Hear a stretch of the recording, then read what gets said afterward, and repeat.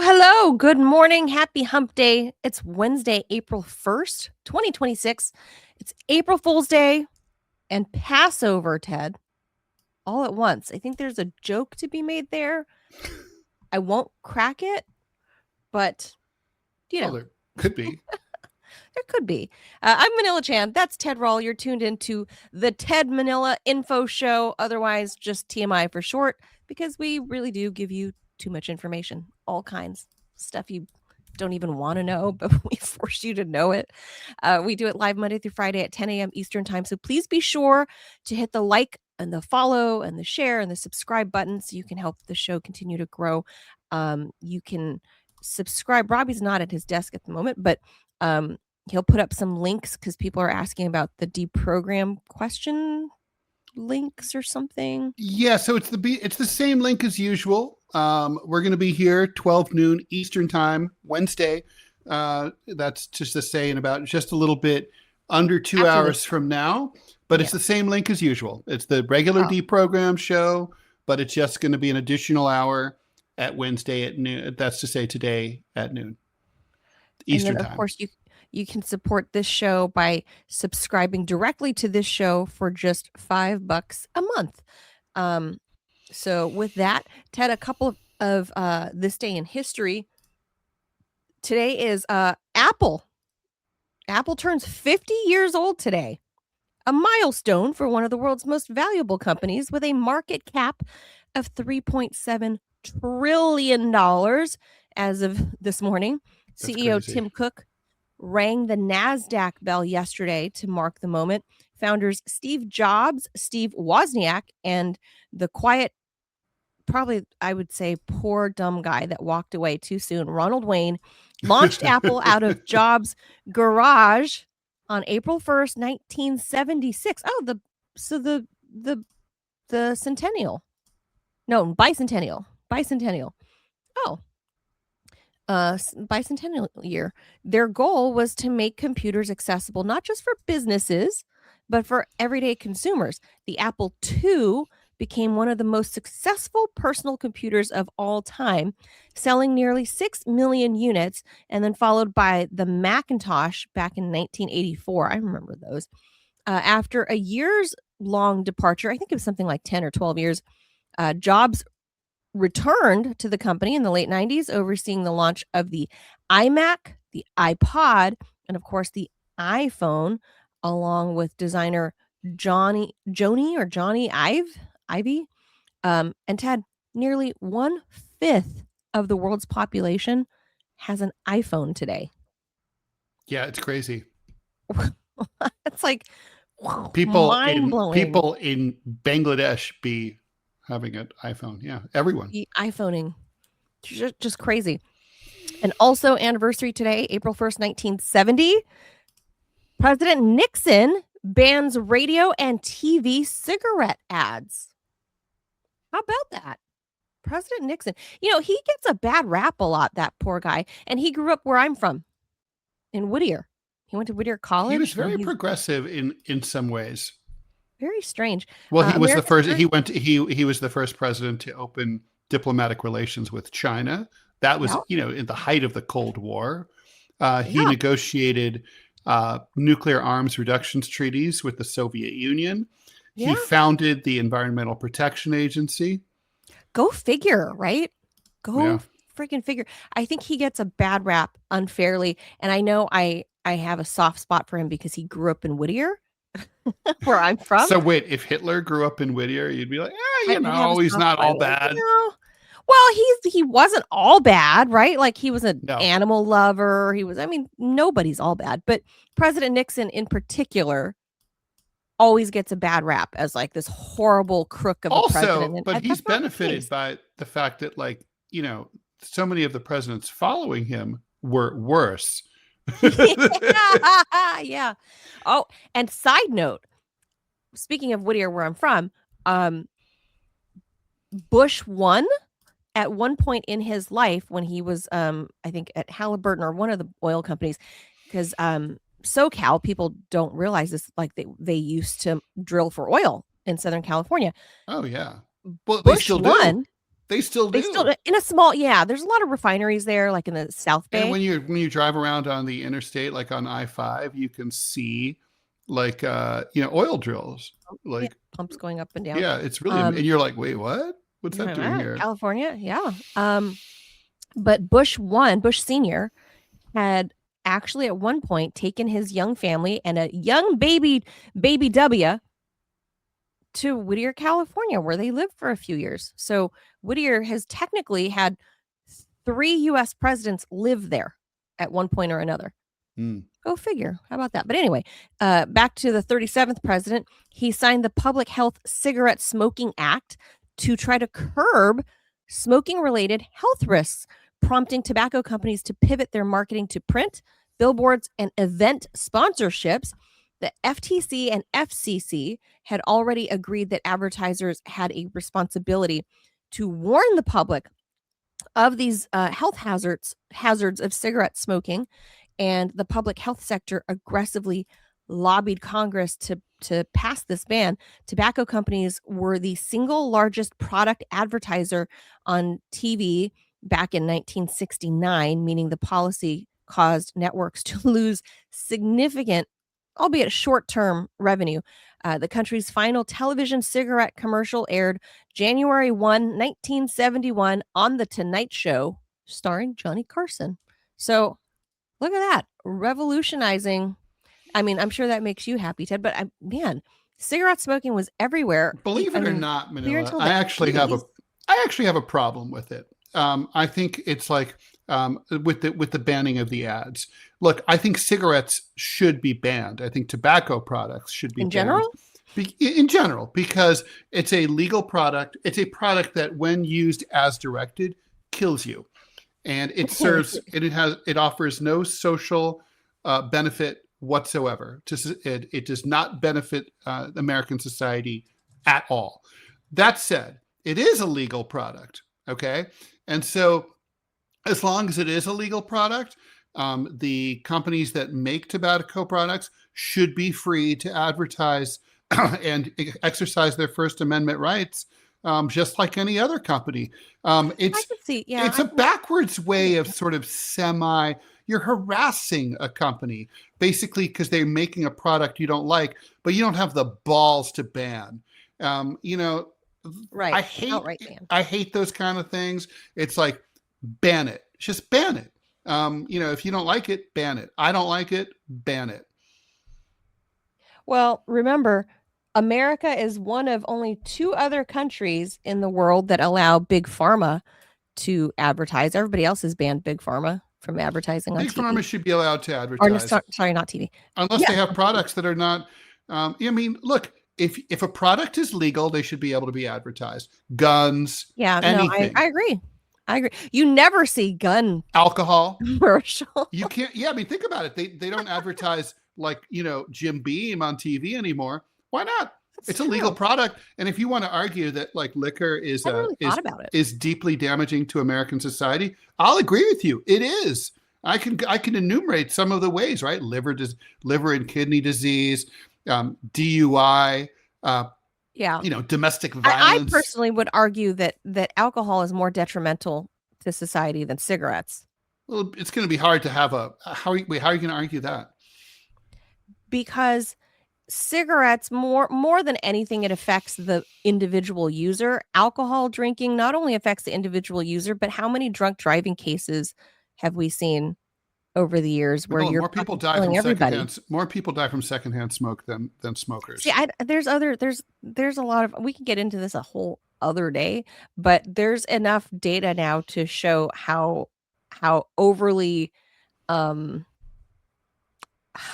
up some of this. It's like COVID. It's like COVID. Some of this like secondhand smoke. Well, it's like, what's a topic we've got to do? I don't even know if we have it in the rundown. Did you put in microplastics? Because if not, this is we can do that tomorrow. This is a Manila topic. Do you know what I'm talking about? The DEHP the gloves. Phthalates. Gloves.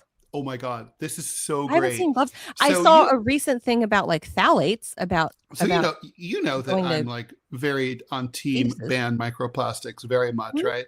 That said, okay, I always unlike some Hello? people, I like to follow the facts where they lead.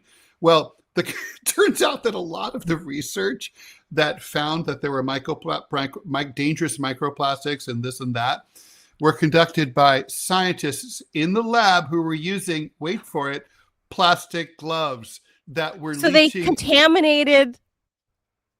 Oh my God, I haven't seen that. I need to read that. It's fucking great. Yeah, it's classic. I need to okay, I need to look that I mean, up. it's high tartary, really. Yeah, like, and these are the these are the people that have like PhDs, wow, like eggheads. And I'm like, really? Everything we touch seems to have traces of everything. What are you touching it? In the vacuum of space. Plastic gloves. In the vacuum of space, they have microplastics. There's microplastics on the lunar surface. And you know what I hate is this is the kind of shit that like if you talk about as a liberal, you'll be like viewed as an apostate by like your liberal friends. Like, right, how dare you talk about this? Yes. It's like, and then it's like you're giving aid and comfort to the right wingers who don't think that plastics matter. And like, no, because I'm interested in I'm interested in knowing what is true. Okay. Right. And what is true is not left or right. Okay. Sometimes right wingers are right about things, you know. Plastic. Oh my God. That's just like an SNL comedy bit. I told you that right there is a Manila. That's a Manila Chan special right there. That is, oh my God. Like I knew I was like, yeah. This is just too much. Too much. Gotta. Too much. Robbie says there's an ad we have to get to, and then we'll jump to the stories. Go ahead and throw that up there, please. Oh, Daddy of Triplets, thank you for the donation. He says, Ted, thank you for your take on marriage and children yesterday. Having 4 children, 3 of which are the triplets, we learned the hard way, and our relationship was always a distant second and ended our marriage.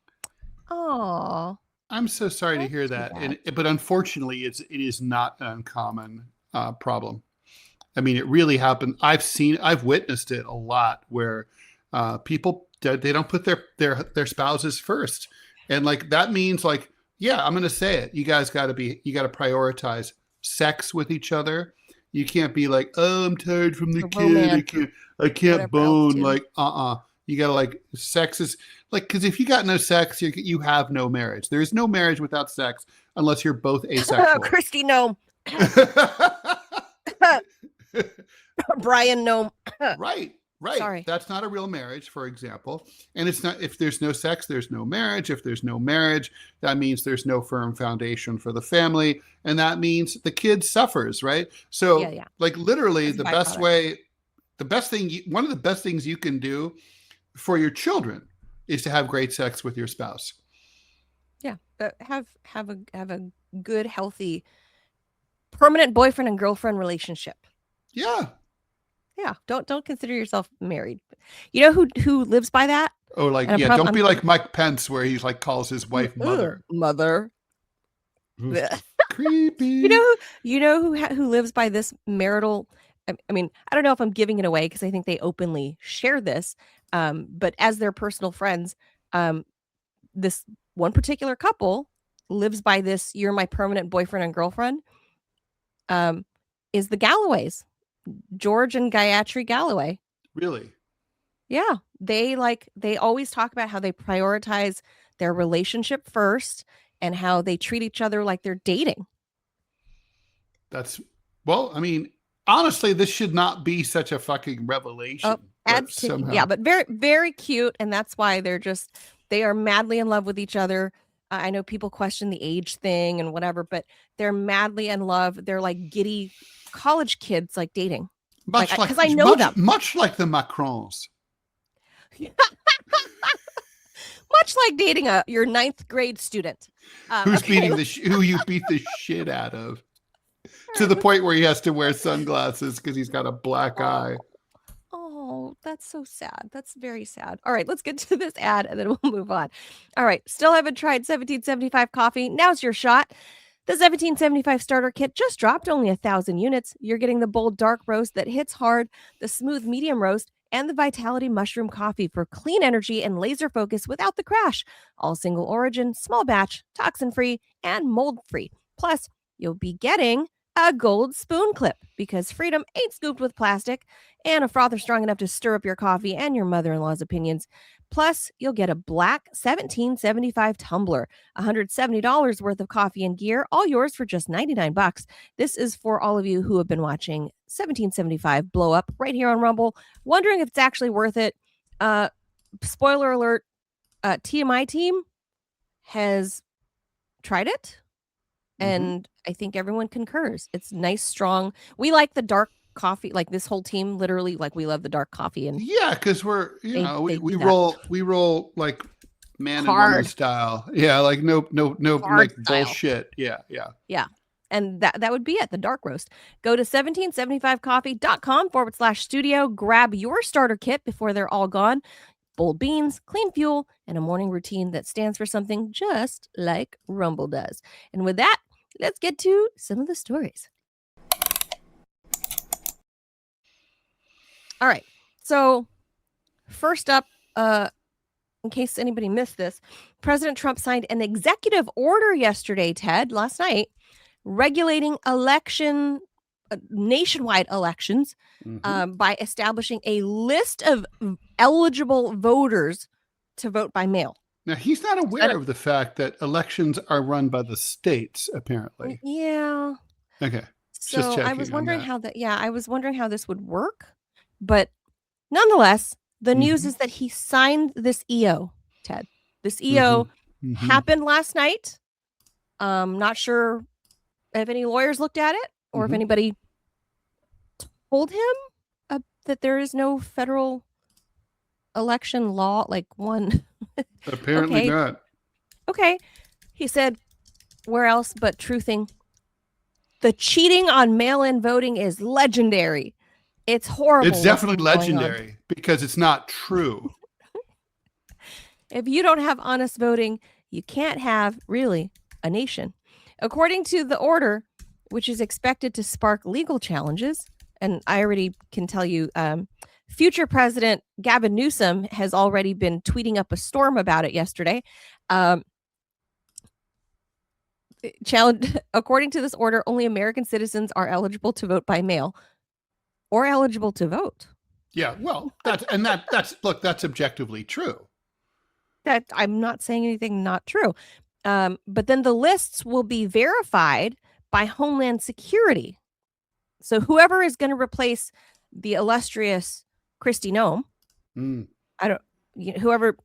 whoever takes that spot, they'll be able to do this now, Ted, because Kristi Noem's schedule used to be very jam-packed with, getting hair extensions or like eyelashes done, hugging up on her blankie, avoiding her cross-dressing husband.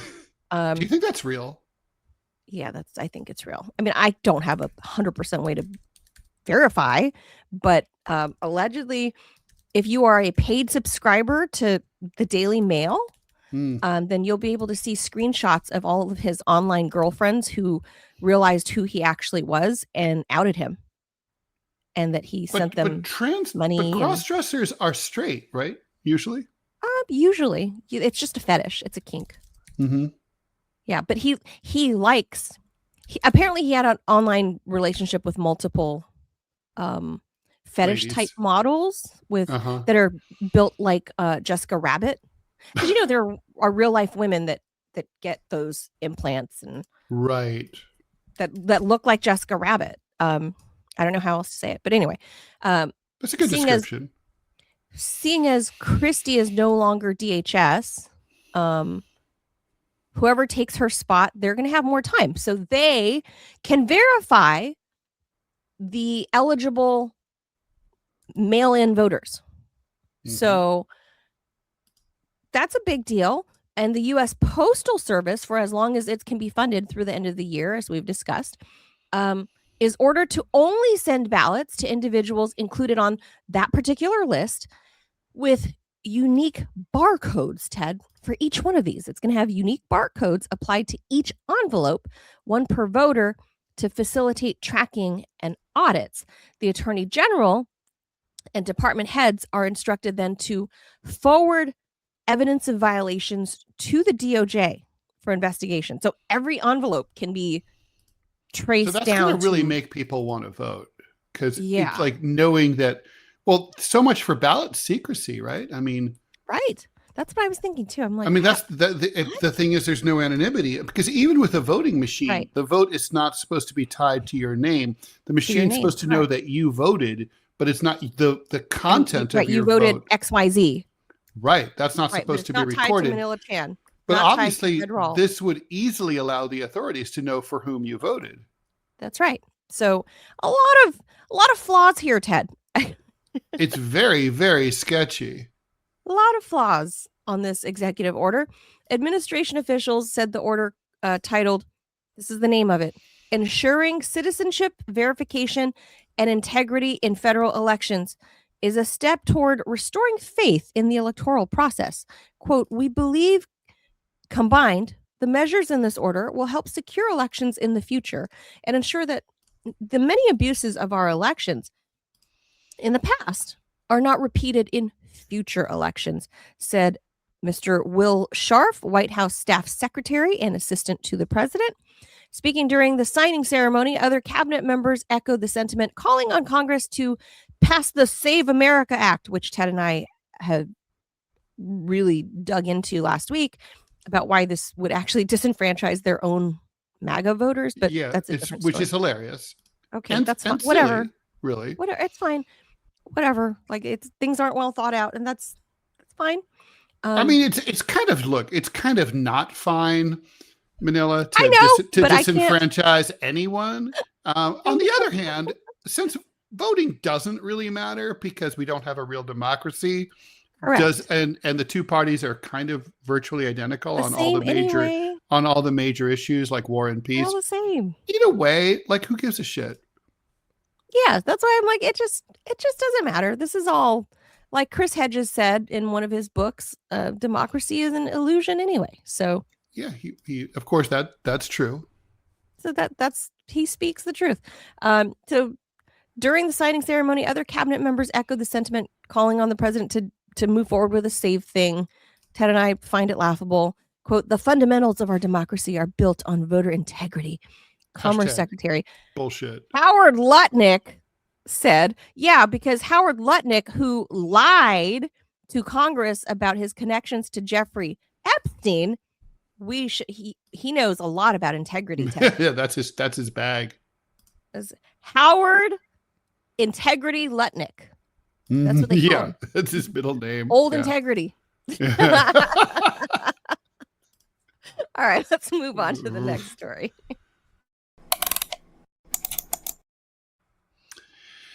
History will remember the Iran war poorly. The Spanish government is betting and doesn't want to have anything to do with it. Spain officially closed its airspace to American planes involved in Operation Epic Fury on Monday, continuing to defy neocons who demand all of Europe enthusiastically join the U.S. in fighting Israel's war, even though neither Israel nor the U.S. asked them to be involved before they, started the war. It's also refusing to let America use airspaces in Spain. This was made perfectly clear to the American military and forces from the very beginning. The defense minister of Spain told reporters, therefore, neither of the bases are authorized, nor, of course, is the use of Spanish airspace authorized for any actions related to the war against Iran. It's hard to imagine why anyone in NATO would seek to join the conflict. Unlike the Americans, Europe doesn't want their soldiers to die for Netanyahu. And based on what's happened to Gulf states like Qatar and Bahrain, its leaders probably think the U.S. would leave them out to dry if it was in the Israelis' interests. I mean, also worth noting is that Italy and France have followed suit here, Manila. So both those countries will not allow flyovers. I mean, the main consequence here is that American planes have to go around the long way to go bomb the Iranians and spend even more jet fuel at a time that, jet fuel is becoming more and more expensive because of why? The war. all things comes full circle. And summer travel season, Ted. I mean, it's coming up. We're warming up. I find it hilarious that America's staunchest allies in NATO are like, we don't want no smoke. We don't want to be part of this. Well, why would they? Like, one, it's dumb, obviously, and two, like, it's true. Anyone can see it's going to be a fucking disaster. I don't know what he's going to say tonight. That's what makes me a little bit nervous, because I don't know if he's going to say we're going to launch a full ground invasion, a full scale all out war, or if he's going to walk us back. I don't know. I don't know what's going to happen tonight, but whatever it is, he's giving it more pomp and circumstance than when he launched this thing a few weeks ago, where he's wearing like a ball cap and a t-shirt, like a golf polo. Well, and he didn't give a speech. No, he tweeted it or truthed it or whatever. I mean, this is the first real speech. Manila, this president, it could be a first time for everything. This president doesn't have a history of announcing any policy changes during a speech. He doesn't do that, right? No. So this would be the first. Informal.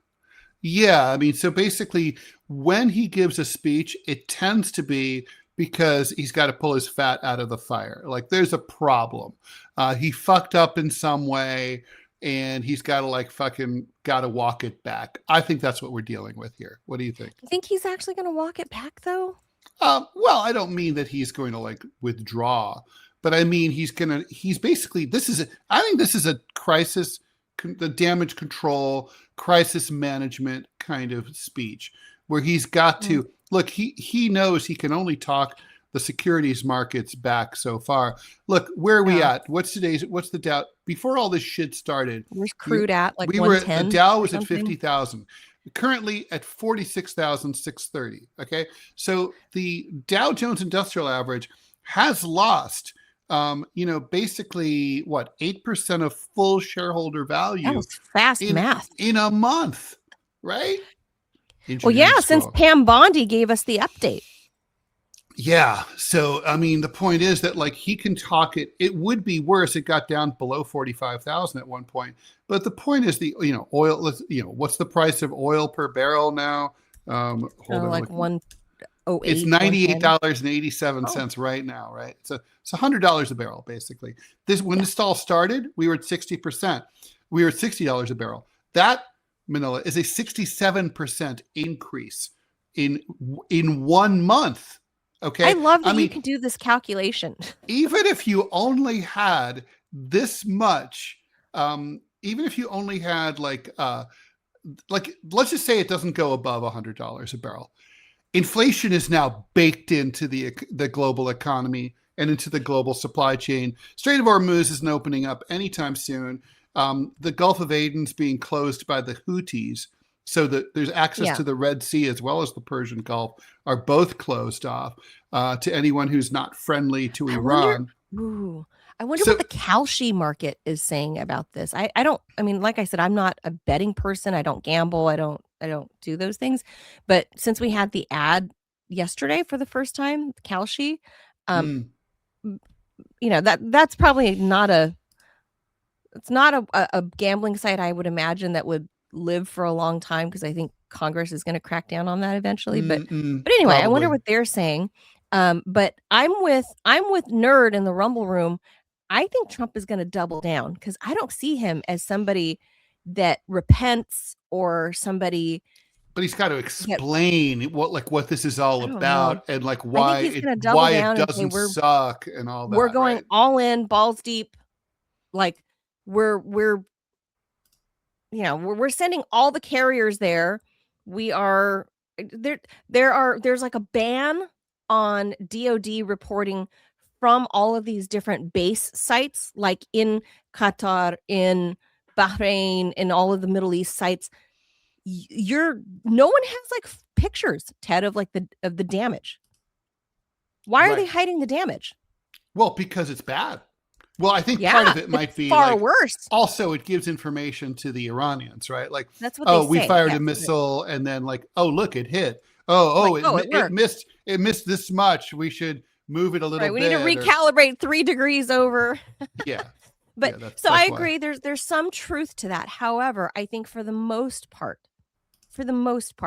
I think a lot of it has to do with the extent of the damage being much greater than the US is willing to admit. And because that damage is far greater than we're willing to admit, that I think that's why Trump, being who he is going to tonight double down and be like, surprise, bitches, we got the 82nd Airborne jumping out of planes right now into Tehran. Rah!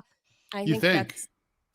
I think he's that crazy. Yeah, I do. I mean, that is crazy. Like, I think it's going to be a horror. I mean, I hope I'm wrong. I would love to be wrong. Like, please let me be wrong. Sure. You know, I know a lot of people that are still active military. I have family members who are active military. I would hate to be right. I hope I'm wrong. Well, there's been a lot of deployments from people who kind of like, I guess, never saw a loose lips sinks ships poster from World War II, who are on social media saying, my kid's just been deployed to Iran. You know, please pray for him or her. Yeah. So they're not, I don't think they're technically deployed yet, but they will be. But they say to Iran. They don't say, I mean, this could just be bullshit, but I'm kind of like thinking, why would it be bullshit? I think tonight could be the announcement. I just don't have any faith in the orange leader, in the supreme orange leader, that he has any humility or any capacity to refrain. I mean, look, the ground invasion, you know, the talk is among high-level experts is that the Iranians want a ground invasion because they look at the record. And first of all, a ground invasion is a quagmire for the United States. Every time we launch one, Iraq, Afghanistan, we lose. So we couldn't even pull off Somalia, right? So I know. Yeah. So we're drone warfare experts. We're machine experts. We're not ground invasion experts anymore. After post World War II, and even then, how great we were at a ground invasion, hello Normandy, was not a good reflection, like compared to, let's say, the Soviet Red Army. We are not ground invasion experts. We're just not. Right. No, the Gulf War is the exception here, right? Yeah, but then you look at who we're fighting against, and in this instance, not only is Iran a real country. I know they want Americans to believe that this is another, Afghanistan. Yeah.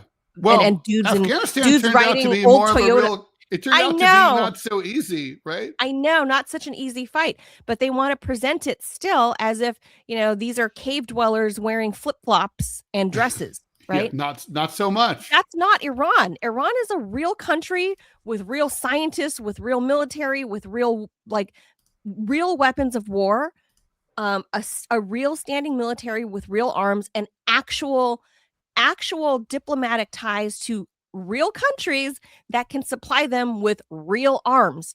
This is not True.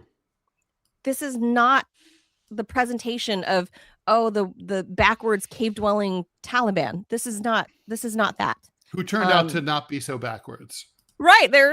Turns out they said it turned out to be pretty fucking good. I mean, the thing is, I know, guerrilla warfare, man. Don't fuck with the French with their food. Don't fuck with the Japanese with their packaging.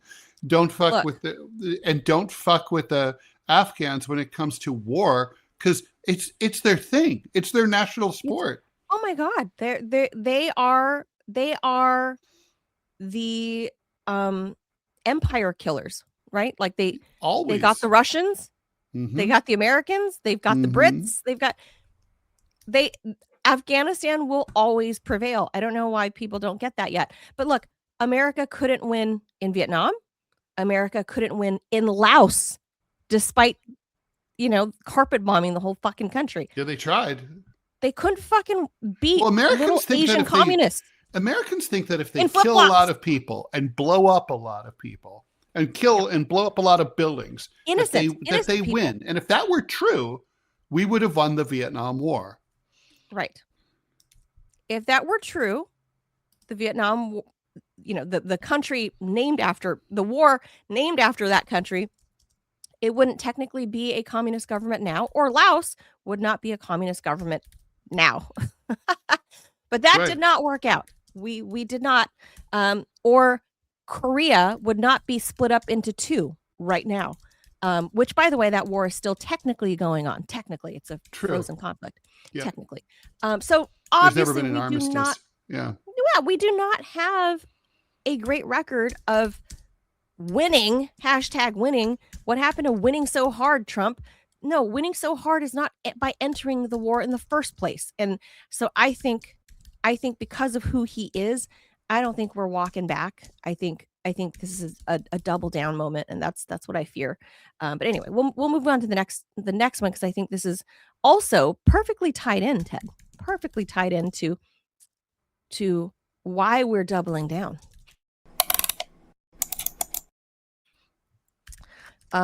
So I'm going to say at least we're sticking with the values we told Ukraine was okay for this story, Ted. Because we tacitly approved what the Ukrainians did, obviously, right? Under Joe Biden, right? Mm-hmm. Tacitly. What am I talking about? So the U.S. military, Uncle Sam, needs you. The military needs more recruits. So 40-year-old stoners might emerge as the solution. The U.S. Army has just announced plans to raise its maximum enlistment age from, currently it's 35, like you can enlist at 34, 35 years old. They're raising it to 42, increasing the pool of Americans eligible to join the regular army. I was hoping I could join, but I guess not. Oh, shucks, Ted. So you can join the Army National Guard, and the Army Reserve. The revised regulation also permits recruits to enlist if they have just one single little wee bitty marijuana possession or drug paraphernalia possession conviction. You don't need a waiver. Before, you needed to get like a full waiver and get like legal advice on all. They're like, it's fine. You had a little weed on you. Maybe you had a little meth pipe on you. Well, you can have apparently you can have Nazi tattoos all over your body and become defense secretary. So that's fine. That's encouraged. Yeah, that's true. But a little pot, like it's fine. You're 40 and a stoner. It's fine. It's fine. We, just do how the Yukis do. You see how well that's going for them, Ted. Yeah, maybe we should follow the Ukrainian model and start press gangs and just have people drive around in vans and just grab kidnap people, grab people off the street and be like, guess what? Any male? Welcome to the United States military. That's right. It's going to be awesome. The Army's enlistment age now aligns with other military branches.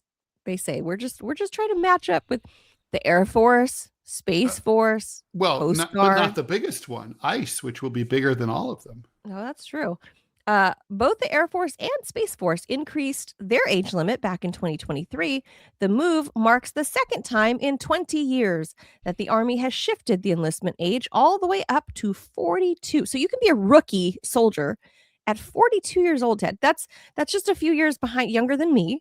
The first time this happened in 2006 amid the neocon wars was in Iraq and Afghanistan. So this is why I'm saying I feel bolstered in the idea that I think Trump is going to double down, because if it first began in 20 years ago, in 2006, when they bumped up the age, was because we were going into Iraq and Afghanistan. That's, so for me, I think that's one of the things where it's like, hello, coincidence? We need more cannon fodder. More chattel. Yeah. Yeah, we need more cannon fodder. Ray, thanks for the donation. Ray says, Ted, you should jam out later onto Religious Wars episode from the Subhumans. Ever see them live? I will on Sunday. Rock on, Ted in Manila. I have seen the Subhumans live. And you have? I have. They were great. Absolutely. I'm jealous, by the way. Ray loves going to concerts. I'm really jealous of you guys. Like, I don't get a chance to go out to concerts very much You live anymore. in a great town for concerts too. I know, but this pesky like small children thing or pregnancy, like it's really fucking up my concert going. Really, a lot of really great bands come through here. I believe Really, it. really great bands. But like I said, it's been years. I don't know. Last band I saw was Dave Matthews, but that's because he's from Virginia. Like he always comes home. Um, Dave Dave Matthews was here, I don't know, a couple years ago.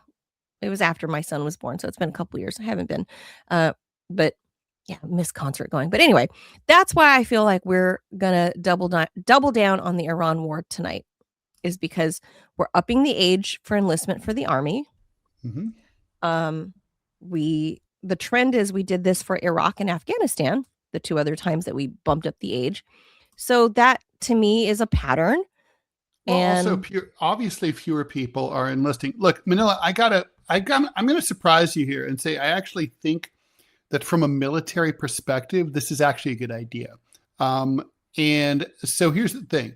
I've talked to a lot of officers in the regular army who they swear, and I've heard this and read this a bunch of times, the best soldiers are about 40 years old.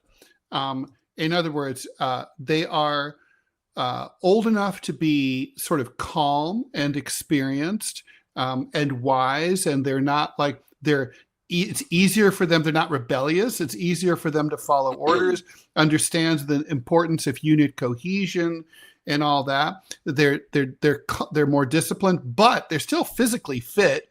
They're still strong. They have their bodies haven't started to break down or anything. 40, they say, is the ideal soldier. Historically, I would say mid-30s. Historically, the reason that we tend to recruit 18-year-olds is because they don't know dick about anything. They do dumb shit, and they're willing, and they're willing to enlist in some old rich asshole's war for Israel.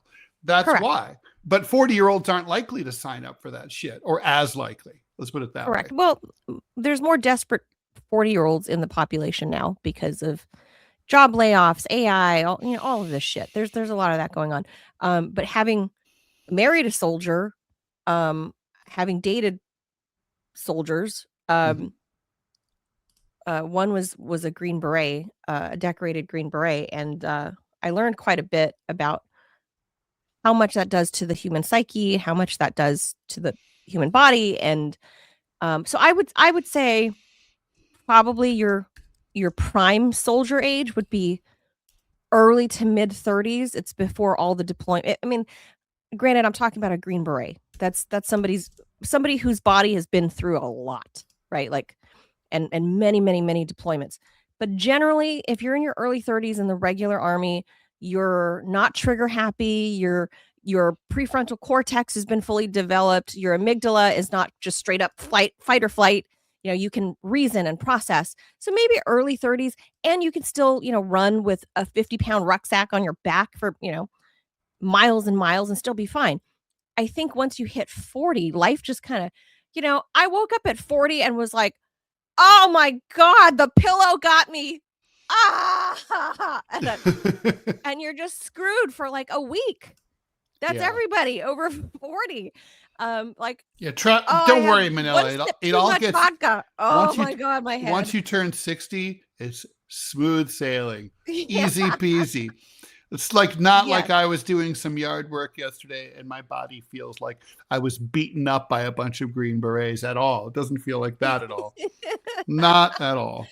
So, there's a lot to consider there, especially if you've been in the military from, let's say, start at 18 or 19. And by the time you're in your 30s, you are well seasoned or whatever. But the difference is when you hit 40, there's just that biological thing. And I'm somebody that takes care of myself. Like I'm generally in really good health, except for 2024, which nature tried to aha me. But then I turned around and was like, slap, bitch. But anyway, I'm somebody that takes care of myself, and even me at 40, I felt a physical difference. And I haven't been through, running through desert training every day of the week, right? Like my body hasn't been through inhaling fumes from whatever base that they put me at in, I don't know, Germany with tanks, right? Like I haven't been through that. Or burn pits. Burn pit, right? Exactly my point. I know guys that are right now close to my age, early 40s, that are ex army.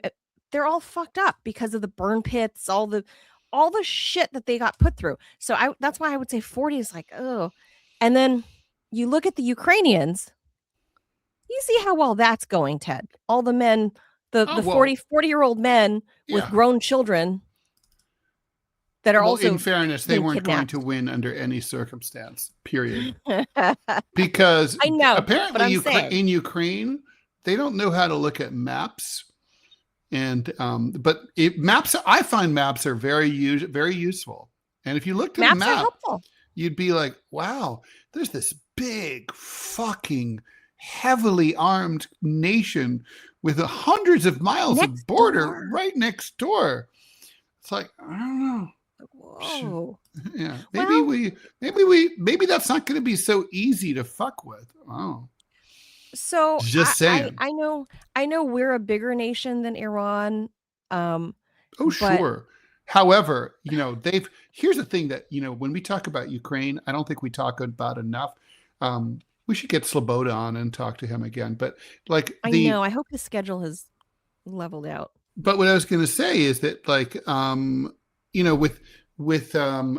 with the Ukis, I mean, the Russians don't have supply line problems. I mean, they're right there. In fact, they have 20% of Ukraine. Their supplies are coming from inside the country, right? Now, Iran, they don't have supply line problems. They're right there. We have massive supply line problems. And our NATO friends just said, "Fuck you. We're not helping you." Yeah. So, I mean, obviously American logistics are very good. That's how we're able to launch D-Day and all that. But the fact is, it's still very expensive for us to keep these wars going. And our adversaries know they can wait us out because they know we will lose interest. I mean, hell, in this case, we never had interest in the first place. Only 27% of Americans liked this war to begin with. So, and there's, Manila, no world in which that war is going to become more popular. No world. It is not being sold well. Or at all. Well, I think that's what tonight's about, Manila, honestly. It's going to be an attempt by the president to sell this war. By the way, it's sort of hilarious. You used to sell cars. Manila, it's sort of like would you go to someone, steal their old car, leave a new car that you've picked for them with the keys in their driveway and hand them the bill and say, well, you owe me $40,000 because for this car that I have decided you will drive. That's what now. Right. Imagine that's not how car sales. Imagine if you had to. Imagine if you had to sell that.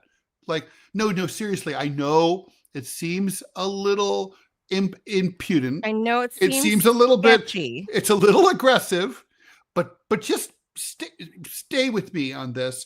It's going to be okay. You're going to love this new Kia. I know you don't need this 4x4 F350. But you won't miss your 4Runner at all. You're going to be very happy with this. It's the mileage is a little higher. It's a little worse, but it'll be okay. Gas, it's going to be way more expensive. And there's no longer any room for your family, but now you're a nuclear family, and your kids can walk. It'll be good for them. Look, we are past the stage of manufacturing consent. We don't even try. No. We don't even try. So, the era of the movie Wag the Dog, bygone era. Yeah, true. So I think Trump and the WMDs. We're doing this shit. No excuse. Yeah, like it or lump it. We're doing this shit, and he's like, "You gray-haired old man, Uncle Sam wants you." In the audience, that's what's going to happen. It'll be like the closing days of World War II, where Hitler was down to 9-year-olds and 65-year-olds. Oh God, I think the reason Trump is at SCOTUS right now is not to go watch the oral arguments for birthright citizenship. He's there to go make the SCOTUS join the army. Mm-hmm. So, because we're just getting everybody. So Yep. we're doing the Yuki thing. All right, let's move on to the last story.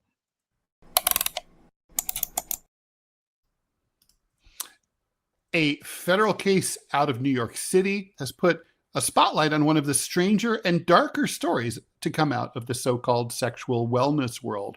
Nicole is it Didone or who knows? I don't know. Didone? Is her name pronounced like? Is it? I'm going to say Dayton? I'm going to say Didone. I was going to say Dayton. Dayton. All right. Nicole Dayton, founder of One Taste, has now been sentenced to 9 years in federal prison. That's a long time. After It being sounds gross, by the way. after being One convicted. Taste? What? One Taste One does Taste? sound gross. Why, It's true. Why would you? It sounds. I don't know. It just sounds. All the good names were taken I don't know. It's a after bad being name. convicted in a forced labor conspiracy case. If you've never heard of it, One Taste marketed itself as a kind of female empowerment and intimacy company.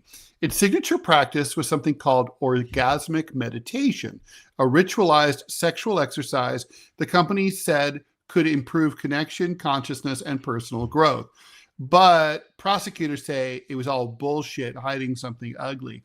According to the government, Dayton and other leaders of the company at One Taste built an environment where vulnerable people, especially women and some with prior trauma, got manipulated into doing unpaid labor, taking on debt, and in some cases engaging in sexual activity they didn't really want, all under the guise of healing, empowerment, or spiritual growth.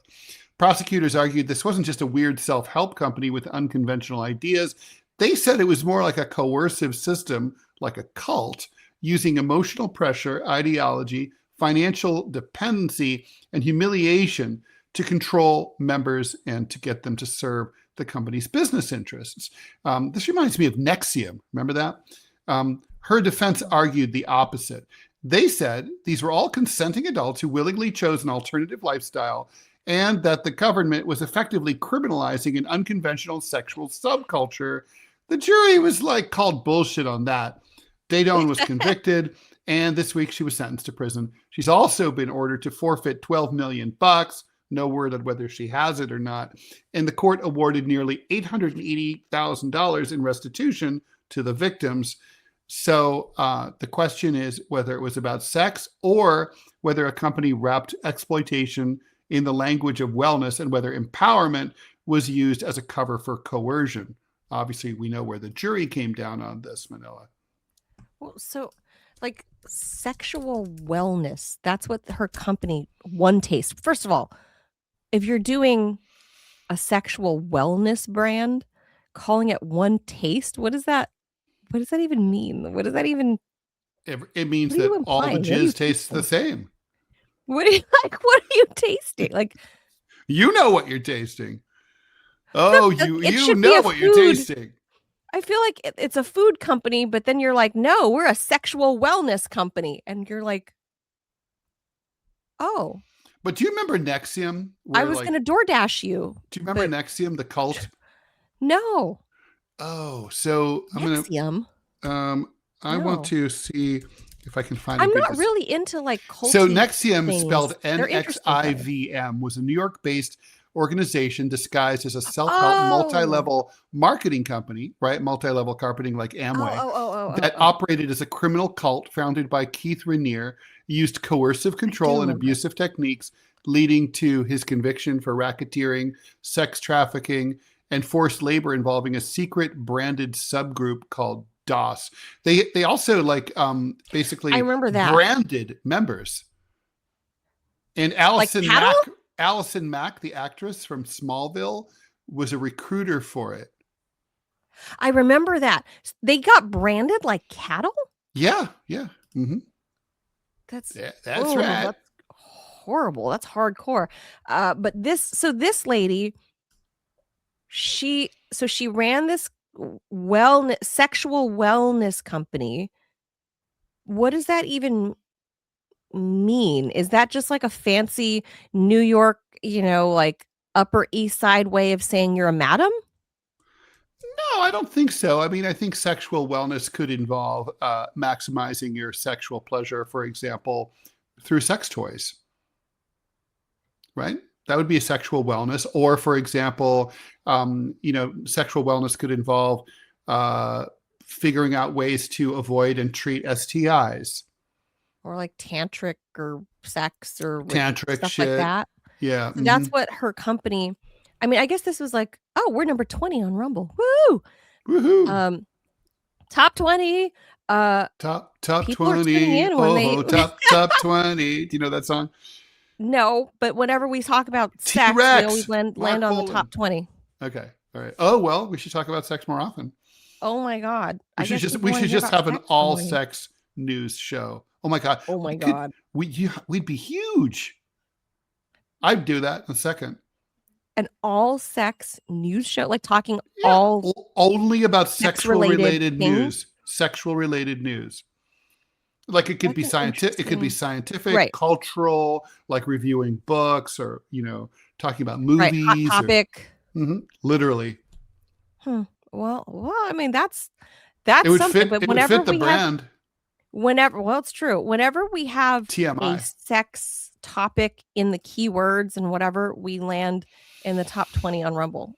Who knew? I didn't know. Nobody told me. I guess people looking for that? Well, anyway, I didn't know that there was such an industry as sexual wellness, but I guess that makes sense. Okay, I'm going to just ask, what is sexual wellness? Yeah, like I'm into wellness, lifestyle, and all that stuff before it became it's a massive thing. Massive. Sexual wellness? Uh-huh. So, like, what is it technically? Like, it comprises products and services designed to enhance sexual pleasure, health, and intimacy, rebranding items like vibrators and lubricants as self-care tools. So I think I was right there. It covers a broad spectrum, including condoms, contraceptives, sexual enhancement supplements, and sex tech, aka apps and connected devices, one of my favorite topics, driven by increased focus on holistic health, education, and pleasure. This is a rapidly growing sector of the American economy. Sex toys is the biggest share of it, about 84%. Rabbi Shmuley. Hello. Yep, that's it. Key players include Church and Dwight Inc., Durex, we know what that is. Condoms. Carex, Burhad, and other modern brands. The sexual wellness industry is expected to grow to $81 billion by 2028, up from $51 billion in 2021. A year? Yeah. It's 81 massive. Billion? Expected to be worth $115 billion by 2030. But I thought people weren't having sex anymore. I thought Gen Z was... Well, this isn't... I mean, sexual doesn't mean sexual intercourse necessarily, right? I mean, masturbating, sex toys. I still, I don't get then. I hate to admit then. Look, I don't know much about this industry, obviously. Yeah. This is all like news to me. And this woman, you gave me the article earlier this week and I was like, what's that? I don't know if they've proven that it's a cult or whatever, because cults, I think there's a whole different set of laws. That's not how they presented it, I think. Right. So if it's not a cult, then I don't see why she should have been found guilty, because I kind of do agree with the defense saying these are grown-ass adults that are choosing alternative lifestyles, and maybe they have like buyer's remorse and now they're like, I'm a victim, much like many of the Me Too women, right? Like, when you hear it top line, your view is like, oh, of course I'm with these women, Harvey Weinstein, that animal, horrible, that monster. But then all these other Me Too things happen and you're like, oh, wait a minute. So apparently employees were told that they had to have sex with their investors. So they weren't really angel investors, were they? And their clients, including the handling. Yeah, so it's like madaming, it sounds like. Yeah, they were using manipulative, and they isolated people, like don't hang out with your family or your friends, to control That's a little their culty. money and shit. That's culty. Yeah, sounds culty to me. Yeah, I don't Also, oh, know. this is multi-level marketing bullshit. They had to take It's like a combination they of all had to of take these. on like debt in order to buy these overpriced courses and to stay within the group. Oh, so like Avon or something, like you have to Yeah, buy the like but makeup like on kit and then go acid. sell Yeah. it? Mm. Oh, so it's Oh, like a other Vanity Fair combination. said that is calling it a cult. So it's like a combination cult, multi-level marketing scam, and also like high-end madam. Mm-hmm. It Yeah. sounds like it's like a thing rolled into all three rolled into one. But it's shocking that $81 billion industry. So this woman just wanted to tap into this growing industry, and she just kind of, you know, did the Heidi Fleiss and add the cultist vibe. Mm-hmm. That's what a weird story. I don't know. Like I hadn't heard of her until you showed it to me out of New York, and this is the second similar case out of New York City, Ted. Mm-hmm. Yeah, What that's is up true. with your Well, what is although up this with you New apparently was Yorkers? founded, this was founded in San Francisco, and Oh, apparently they were really? represented by Alan Dershowitz. The company was? Mm-hmm. Yeah. Also, Alan Dershowitz was the One defense? Taste was cozy with Roger Stone, Matt Gaetz, and Steve Bannon. Now we know that the first two, Oh, Roger Stone and Matt Gaetz, have interesting sexual proclivities, shall we proclivities, just say? yes. Sure, sure. Steve Bannon, I don't knock anyone for I having thought those, Steve like, Bannon only liked to make sweet love to a bottle of strong liquor. I don't know, yeah, but I oh. could be wrong about that. Well, that could be part of his sexual wellness, Ted. Mm-hmm. It's, some people are interested in inanimate objects. It's true. Mm-hmm. Um, I don't know how you can. Yeah, I mean, look, it sounds to be like a really, like, it's kind of like it sounds like a unpleasant experience, but I don't know how you get from unpleasant experience and weird workplace. How do you get from that to 9 years in federal prison? yeah, that's what I'm saying. I And hate obviously to, they convinced the jury that yeah. these laws were violated. Well, what she's in trouble for is like basically workplace harassment, basically.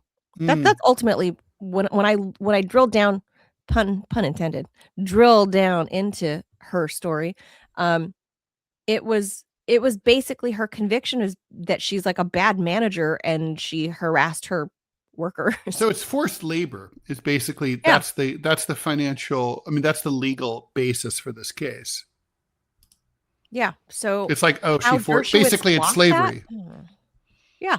So how Alan Dershowitz, one of America's foremost attorneys, how he lost a workers' With comp, no ties to basically Jeffrey Epstein none, whatsoever. None. none. Never knew him, never heard of him. Jeffrey, who? Who? How he lost a sex case? Golly, Ted, geez, I don't know. so, so there you are, the weird world of America, everybody. There you go. It is weird. We we have 330 million people.